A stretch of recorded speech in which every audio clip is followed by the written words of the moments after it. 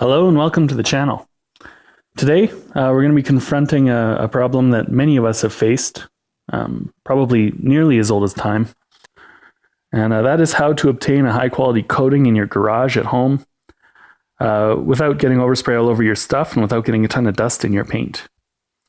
Now, we're ultimately going to be building this thing in order to spray out of a spray gun, but obviously this would work just fine or probably even be overkill if you were just spraying out of rattle cans. Let's take a look. Now, to kind of get an idea, we're just going to sketch out what we want. We're basically just going to make kind of a cube-shaped object. Happen to know it's going to be about 6.5 feet tall. And, I don't know, kind of eyeball it here. About 8 feet wide. Something like that.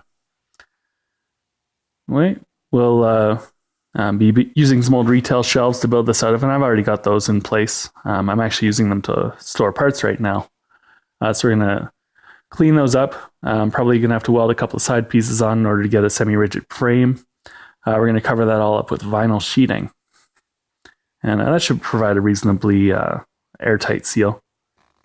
And we're going to provide airflow to this booth, or rather out of this booth. We're going to put a box fan on the back of the booth or the exhaust side with a furnace filter in front of it. And we're going to put another furnace filter on top in order to provide a semi-down draft. This won't be as necessary or important when we're spraying primer, but hopefully we'll be able to get some good quality top coats out of it. To get in and out of it, we're just going to build a little zipper door. Got some of those little zippers that the painters use or whatever when they're masking off an area. They just stick right on, so I think that'll be a pretty trouble-free option. So as I say, we're going to start with cleanup. I'm just going to dismantle the shelves here. So we've got the rough dimensions mapped out. We can start with fabrication. So first thing I need to do, I need to drill and tap out these two little side pieces. They're going to be extensions. They're going to fit on the front and rear of the booth. And that's just going to allow us to get a little more space out of these shelves because the shelves aren't too big. And we'll just put the top braces on and just kind of size it up. We're not using any tape measures for this, nothing sophisticated like that. I just kind of measure this whole thing by eyeball. Doesn't need to be square. It's not going to be a showpiece or anything like that. Next, we'll need to cut a couple ends off these tubes here, and we're going to use those as braces to hold up the roof. Just provide a little bit of extra strength.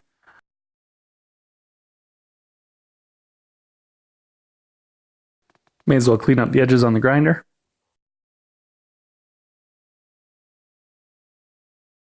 We'll now install the rest of the roof, along with those supporting sleeves we just cut apart there.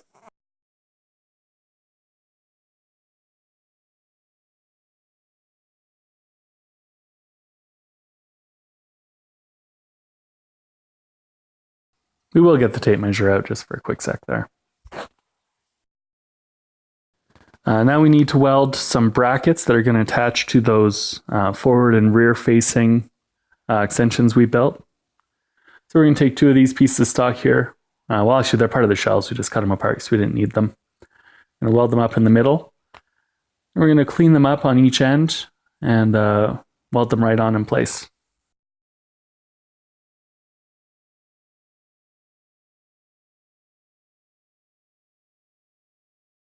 I want to take a sec to talk about shop safety. You notice I'm wearing all the PPE here. I think I'm being pretty safe, but you look down at my feet there, you see a whole bunch of jerry cans.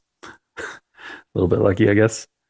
Anyway, they were closed. I mean, jerry cans are pretty tough to melt through, but all the same, try to keep aware of your surroundings and don't do what I do. Now with the frame all built, we can start to put the vinyl sheets in place. This was probably the most difficult part of the job. Well, maybe not difficult, but annoying. Just kind of positioning of the sheets was difficult. They tended to want to run away on you there. So yeah, just take your time. Try to get all the seams taped down inside and out. I'm not going to go through it hanging every single one of these sheets because honestly it's kind of tedious. Next, we can put on our zipper doors. These things are pretty easy. You just pull the little tape off, the tape backing off and attach them. Just press them right onto the side of the vinyl.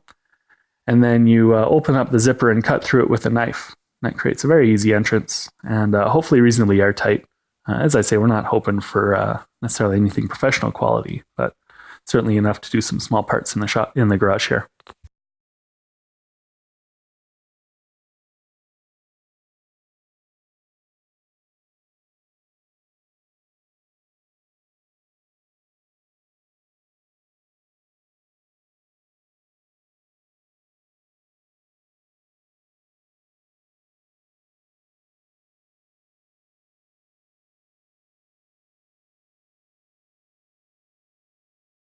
Next, we'll mark and cut a hole in the roof for our intake filter.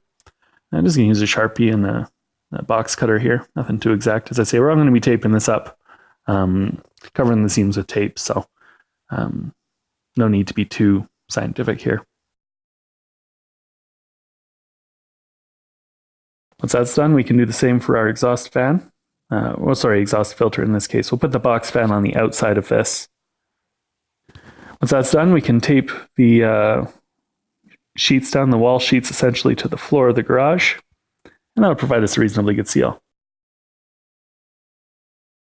So I've got the booth all finished. Just taking a look inside. It's pretty good. I'm pretty impressed with how it went. It was very easy with these shelves. They were basically prefabricated, so it saved a lot of the work here. Obviously, you might need to, if you wanted to attempt something like this on your own, you'd probably need to adjust your building materials to what you had around or what was easily available. I know some people can make these out of wood studs or steel studs. Though you might need to be a little bit creative if as I say, if this is one of the things you want to try to attempt on your own. But this worked out pretty well. And first thing I did with it was spray some polyurethane, some Varathane, onto some wood pieces for my Murphy bed project. And yeah, it was pretty impressed with how things came out. So I'm going to call this a success. Thanks for watching.